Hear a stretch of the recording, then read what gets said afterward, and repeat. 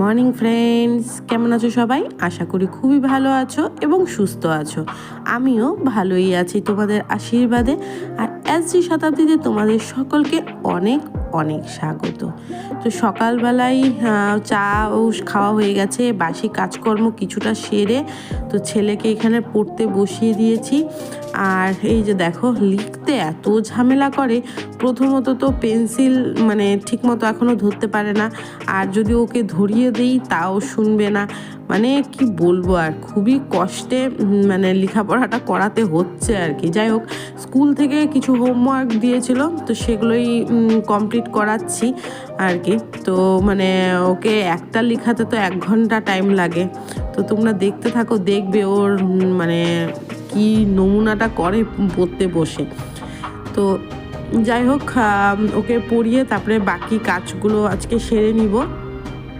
তো আর কি রান্না করব না করব এখন পর্যন্ত ঠিক করতে পারছি না, কারণ তোমাদের দাদাভাই এখনও বাজার নিয়ে আসেনি। তো বাজারে কি আনবে তার উপরেই আজকে রান্নাটা হবে। তো এই যে দেখো, স্কুলে লেখা, আর এখন জানো তো স্কুলে এখনও ABCD লেখানো শুরু করেনি। প্রথম সোজা দাগ, একটু বেঁকা লাইন, এই ধরনের লাইনগুলো ওদেরকে শিখাচ্ছে। তারপরে ওদেরকে ABCD লেখাবে। এই যে দেখো, যেরকম এখন লেখাচ্ছে হলো এই যে সোজা একটা লাইন লেখাচ্ছে, তারপরে লেখাবে হলো বেঁকা একটা একটু বেঁকে যাওয়া লাইন, যেহেতু এর যে 2 সাইডে একটু বেঁকানো লাইন। আর এই যে এখন হলো করাচ্ছি হলো জিরো, ম্যাথের জিরোটা লেখাচ্ছে। এটা দিয়েছিল হোমওয়ার্ক, তো সেটাই করিয়ে দিচ্ছি। তো প্রথম তো একদম পারফেক্টভাবে কোনো বাচ্চাই করতে পারবে না, একটু তো বেঁকা তারা হবেই বলো। তো আস্তে আস্তে করতে করতে শিখবে। আর ওই যে দেখো, ওর পেন্সিল ধরার স্টাইলটা কোনো রকমভাবে করাতে পারছি না আর কি ঠিকমতো। তো তোমাদের দাদাভাইও আমাকে উল্টো বকা দিচ্ছে যে তুমি কি প্রথম ধরেছিলে ঠিকমতো, যে ও একবারেই ধরতে পারবে পেন্সিল। তো যাই হোক, আস্তে আস্তে হয়তো শিখেই যাবে, শিখতে তো হবেই না। তো এই যে দেখো, কিছুটা করেছে আর অল্প একটু বাকি আছে ওই সাইডে। তো বললো বিকেলে করে নিবে। তাই বললাম ঠিক আছে, চল বিকেলে এটা কমপ্লিট করিয়ে দিব। তো চলো, ওর হয়ে গেল। এখন আমিও যাচ্ছি আমার কাজকর্ম সারতে। দেখি তোমাদের দাদাভাই কি বাজার আনে, তার উপরেই আজকের রান্না বান্নাটা কমপ্লিট হবে। আর ওকে একটা জিনিস আমি শিখিয়েছি, সবসময় যখন পড়াশোনা শেষ হবে বা পড়াশোনা শুরু হবে, তখন যেন বইগুলো বা কপি ওর প্রণাম করেই যেন শুরু করে, আর শেষটাও যেন প্রণাম করেই রাখে। তো এই জিনিসটা ওকে আমি শিখাচ্ছি। কোনো সময় ভুলে যায়, আবার কোনো সময় মনে থাকলে করে ঠিকই। আর ওর একটা খুব ভালো অভ্যাস, ও সুন্দরভাবে কিন্তু নিজের জিনিস নিজে গুছাতে পারে। যেমন টিফিন খেয়ে টিফিন বক্সটা ঠিকমতো রেখে রাখতে পারে, বইপত্র ঠিকমতো গুছিয়ে ব্যাগও একদম রেডি করতে পারে। সেটা স্কুল থেকেও আমাকে বলেছিল। তো চলো, ওর হয়ে গেল। আর এই যে তোমাদের দাদাভাই নিয়ে আসছে সবজি। আর জানো তো, অন্ধকার একদম, কারেন্টও নেই, কারেন্ট চলে গেছে। তো এই যে দেখো, সবজি এনেছে। এদিকে গাঠি কচু না, এটা তোমরা কি বলো জানি না, আমরা মুখী কচু বলি। ভেন্ডি, পটল, কোয়াশ, বেগুন, তারপরে পেঁপে আর শাক, বরবটি, অনেক কিছুই বাজার করেছে। তো এগুলো দিয়েই কিছু একটা করব। তো কি করা যায়, শাক তো করবোই, আর বাকি কি তরকারি করব বুঝে পাচ্ছি না। তো চলো দেখি। আর এই যে এখানে শাক বেছে নিচ্ছি। তো তোমাদেরকে আমার মেয়ে যখন গোলব্লাডার স্টোনে অপারেশন হয়েছিল, তখন তোমাদেরকে ওই হসপিটালে থাকতেই তোমাদেরকে বলেছিলাম যে আমার মেয়ের ভর্তি যেখানে ছিল তার পাশেই সিটে একজন ঘটনা ঘটেছিল একজনের উপরে গোলব্লাডার নিয়ে। তো সেটা তোমাদেরকে পরে বলবো। তো আজকে কিছুটা তোমাদেরকে শেয়ার করছি। দেখো, আমরা সবাই জানি যে গোলব্লাডার স্টোন, আমরা যখনই শুনি কারোর গোলব্লাডার স্টোন অপারেশন হবে, গোলব্লাডার অপারেশন হবে, তখন আমরা খুব সাধারণভাবে এটাকে নিয়ে নিই। আমরা ভাবি যে না, ছোট্ট একটা অপারেশন, কিছু হবে না।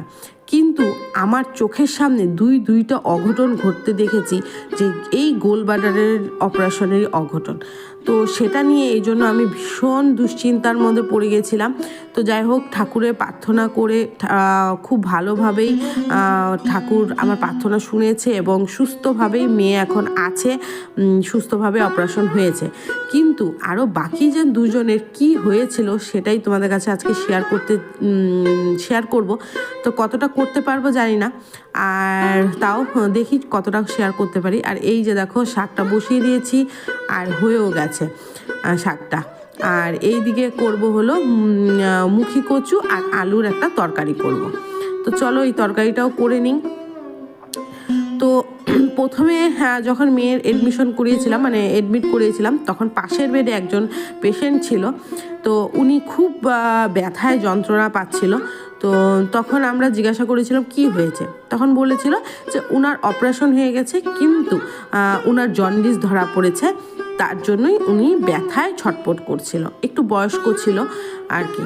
তো তারপরের দিন আবার সকালবেলা গিয়ে দেখি উনি আইসিইউতে ভর্তি। কেন ভর্তি? উনার যন্ত্রণা এতই বেড়ে গেছিল যে উনি সহ্য করতে পারছিলেন না। তো সেটা একটা প্রবলেম দেখলাম। তো উনি প্রথম যখন গোলব্লাডারটা ধরা পড়েছিল, তো তখনই উনি হয়তো অপারেশনের জন্য রাজি ছিলেন না, সেরকম একটু শুনেছিলাম। আর খুব লেটে ধরা পড়েছিল, তখন অনেকটাই বড় হয়ে গেছিলো পাথরগুলো আর কি। তো এই একটা প্রবলেম আর কি।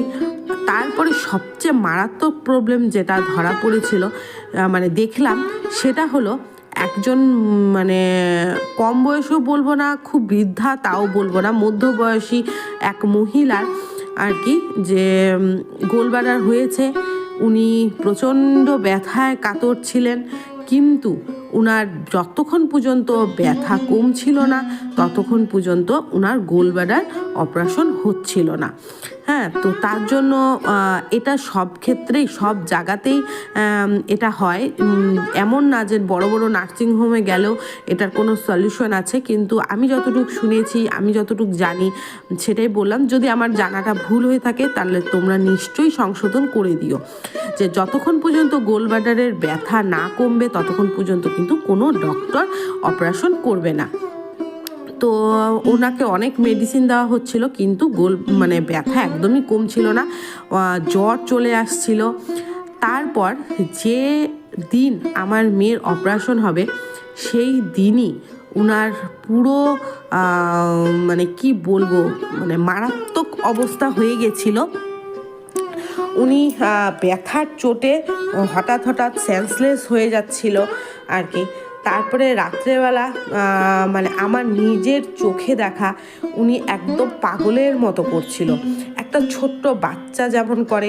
উনার হাত থেকে স্যালাইনের পাইপটা কেটে স্যালাইনের পাইপটা বের করার চেষ্টা করছিল, জামা উঠিয়ে দিচ্ছিল, তারপরে নিজের চুল ধরে টানছিল, এই সব করছিল। তো এই সারা রাত এগুলো দেখছিলাম, আর ভীষণ, বিশ্বাস করো তোমরা, ভীষণ কষ্ট লাগছিল। আর ভিতরে ভয়ে আমি শেষ হয়ে যাচ্ছিলাম যে আমার মেয়েটার যে কী হবে।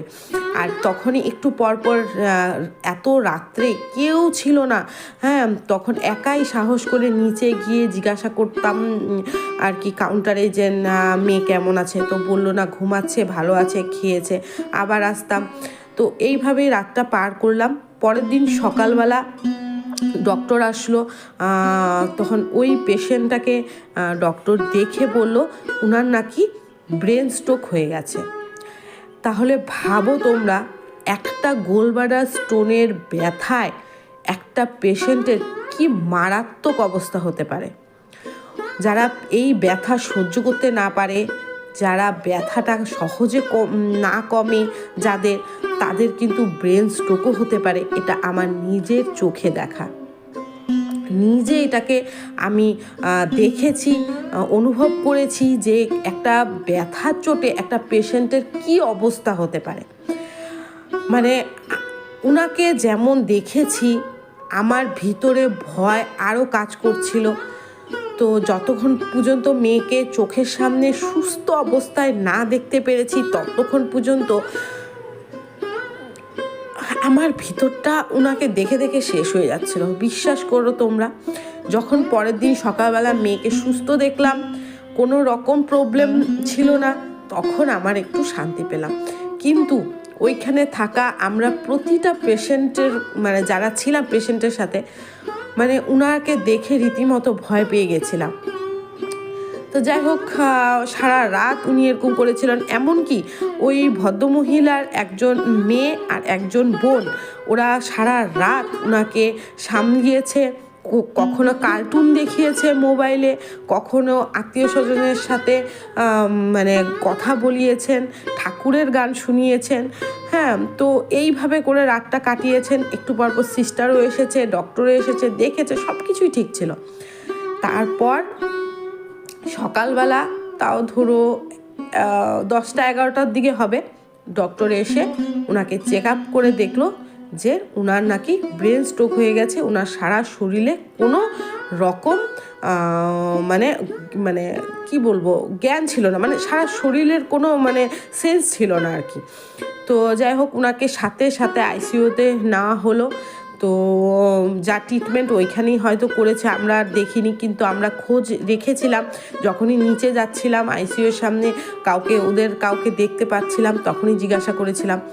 হ্যাঁ, তো বিকেল পর্যন্ত ওনারা সবাই বলেছিল যে না, এখন একটু ঠিক আছে। কিন্তু পরের দিন সকাল 5টা, ভোর 5টায় উঠেই খবর পেলাম যে উনি আর নেই। তো বিশ্বাস করো বন্ধুরা, যে এই অবস্থায় তোমরা কি বলবে? এই গোলব্লাডার স্টোনটা কি সামান্যই একটা অপারেশন, সামান্যই একটা ব্যাপার, নাকি খুব মারাত্মক একটা ব্যাপার? তো তোমাদের কাছে এটাই আমি বলতে চাই যে যে কোনো অসুখকে তোমরা সামান্য বলে অবহেলা করো না। সামান্য যখন থাকবে তখনই তোমরা উচিত সময়ে ট্রিটমেন্টটা শুরু করো। তো সেটাই বলার ছিল তোমাদের কাছে। তো আর এই যে দেখো, দেখতে দেখতে কিন্তু মানে অনেক কিছুই কাজকর্ম তোমাদের সাথে সারাদিনের কাজকর্ম শেয়ার করে নিলাম। আর এই যে রাত্রে এখন শোয়ার প্রিপারেশন করছি। আর তার আগে তোমরা দেখেছিলে যে আমি মোমো বানিয়েছিলাম। আর তোমরা ভেবো না যে মেয়েকে এখনই মোমো খাওয়াচ্ছি, এটা একদম কোয়াশ দিয়ে মোমো ছিল, একদম মানে কোনো রকম কিছু দিইনি, শুধু কোয়াশ, পেঁয়াজ আর সয়াবিন দিয়েছিলাম। আর একদম ময়দা দিইনি, আমি আটা দিয়ে বানিয়েছিলাম। এই জন্য ওর কোনো প্রবলেম হয়নি। আর যদি আমি এখানে আজিনামোটো দিতাম, ময়দা দিতাম, বাঁধাকপি দিতাম, তাহলে হয়তো ওর প্রবলেম হতো, কিন্তু আমি এইসব দিয়ে বানাইনি। তো যাই হোক, এই যে আমি নাইট কেয়ারটা করে নিলাম, এখন হলো যাব শুতে।